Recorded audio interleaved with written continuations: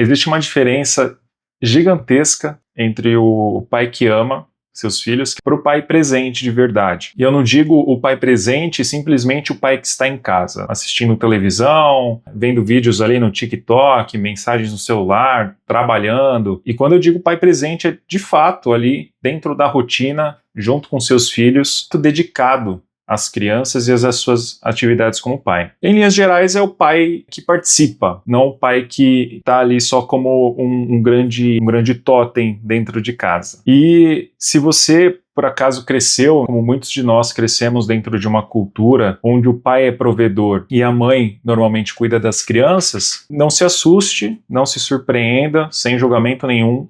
Crescemos, muitos de nós, eu inclusive, a partir dessa premissa de que os pais trabalhavam enquanto as mães cuidavam. E muito bom que isso vem mudando numa curva bem ascendente ao decorrer dos anos, e essa imagem tem sido um pouco mais apagada do conceito aí de pai, de paternidade, porque é diferente quando a gente visita a rotina e a gente participa da rotina. Não significa que você está errado em ser o pai provedor e você precisa se tornar o pai presente. Precisa ter uma balança entre prover e participar. Muitas pessoas levam um dos dois ao pé da letra. Às vezes, quando a gente pensa em participar, automaticamente nós não queremos deixar o pai provedor de lado. E isso não precisa acontecer. A gente consegue manter os dois numa linha, né? Não digo numa linha tênue, mas eu acho que a gente consegue adaptar a vida dos dois pais, vamos dizer assim, para que os seus filhos, além de terem pais que amam, também tenham pais presentes. E a primeira pergunta que eu trago aqui, que normalmente eu me questiono também, é se você está fazendo o melhor que você pode. Essa pergunta é muito boa, porque ela testa os nossos limites. E é muito normal entrarmos numa zona de conforto, e essa pergunta sempre mexe com a gente. Você está fazendo o melhor que você pode? Será que você consegue melhorar? E as mudanças, quando a gente fala de melhorias, não necessariamente precisam ser mudanças drásticas. A gente pode mudar 1%, um pouquinho por dia, ou ao menos tomar decisões que melhoram nossas vidas, criam hábitos e consequentemente, a gente vem se tornando seres humanos melhores aí. E isso puxa um gancho que eu tenho anotado aqui, que é a presença na prática. Tá, decidi que eu quero me tornar um pai mais presente e sair um pouco desse estereótipo do pai provedor. Como que eu posso fazer isso? Vamos lá. A princípio, se a gente for olhar no contexto da casa, existem algumas coisas que não mudam. Por exemplo, banho na criança, alimentação, fralda, e aí as crianças um pouco maiores ali, dever de casa, conversa com as crianças, ouvi-las é muito importante. E isso são todos os pontos que não mudam. Isso acontece todo dia. E quando eu digo presença na prática, não você só viver de intenção, porque a intenção não vai funcionar. Se você tiver a intenção de dar banho no seu filho todo dia, por exemplo, em algum momento você vai falhar. E aí você vai falar, poxa, tive a melhor das intenções, mas eu não consegui. E aí você vê como essa frase, ela puxa já como uma desculpa. Então, em vez de você ter a intenção de fazer algo, é você de fato fazer algo. Vamos juntar as caixinhas aqui. Então, você quer se tornar um pai presente, você já entendeu que você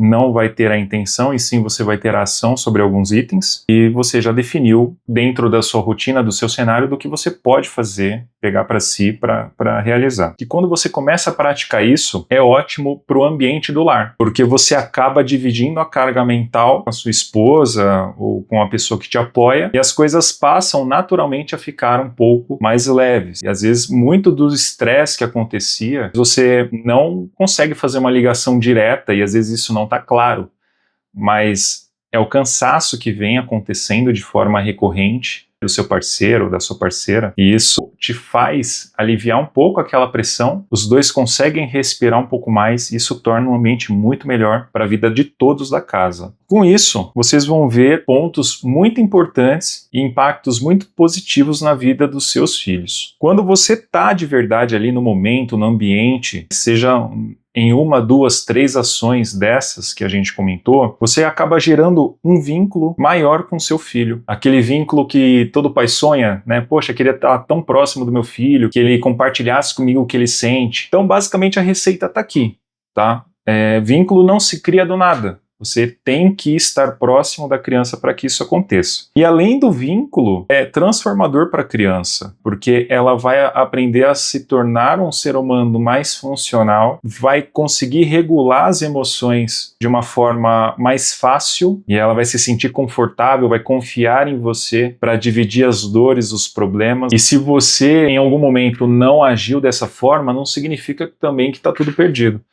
Se seu filho tem 5, 8, 10, 12, 15 anos, que isso a qualquer momento pode ser retomado, isso restabelecido a curto, médio prazo. E é bacana porque isso não reflete só no filho. Isso reflete principalmente no pai. É transformador, porque vocês vão começar a perceber que você aprende a se comunicar melhor com seu filho. Muitos erros que você acabava cometendo e você se policia para que eles não aconteçam novamente. E além de tudo isso, né, de você trabalhar a comunicação, trabalhar a paciência, também trabalhar a sua regulação emocional, você percebe que você acaba pondo ela muito em teste. Você vai ver que juntando todos esses pontos no dia a dia, fora de casa, fora do seu ambiente ali com suas crianças, você acaba também sendo uma pessoa melhor com todos. Isso é como se fosse uma pós-graduação que você não se inscreveu, você não pediu para se inscrever, mas você acaba fazendo e no final você se torna uma pessoa melhor. Então aproveitem e vejam isso como um benefício e ganhos dos dois lados, não apenas de um lado. E aí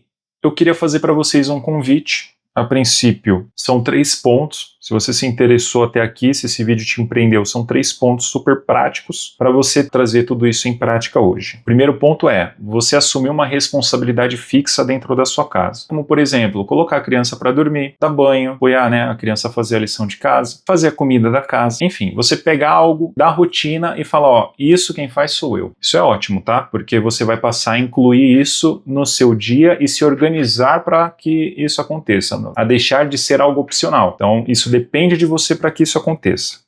Segundo ponto é antecipar as ações. Não precisa chegar alguém e falar, olha, tem que levar o lixo, ó, tem que fazer comida, ó, chegou a hora de dar banho. Então, você, linkando com o primeiro ponto, já sendo uma responsabilidade sua, você tomar a frente. Ou até você definir os horários, você chamar a criança para fazer as coisas e não depender de alguém para lembrar você de fazer isso, tá? E o terceiro ponto é construir conexão além da brincadeira com a criança. Às vezes a pessoa está no mesmo espaço e não está junto com a pessoa. Às vezes está no celular, fazendo outras coisas. É muito importante que você também esteja presente de corpo e alma naquela brincadeira. Que você esteja nas conversas, nos consolos, nas perguntas de como foi o dia e, de fato, perguntas interessadas. O que você fez? O que você comeu? E estava gostoso e não estava? Essas conversas mais profundas e não conversas superficiais é o que faz a criança também perceber que você está interessado. E isso gera automaticamente vínculo. Acho que para o primeiro vídeo a gente consegue fazer uma abertura dessa forma, acho que é um tema que ajuda muita gente no dia a dia, e esse é um canal que é para os pais que realmente buscam evoluir sem teatro, sem perfeccionismo, sem culpa,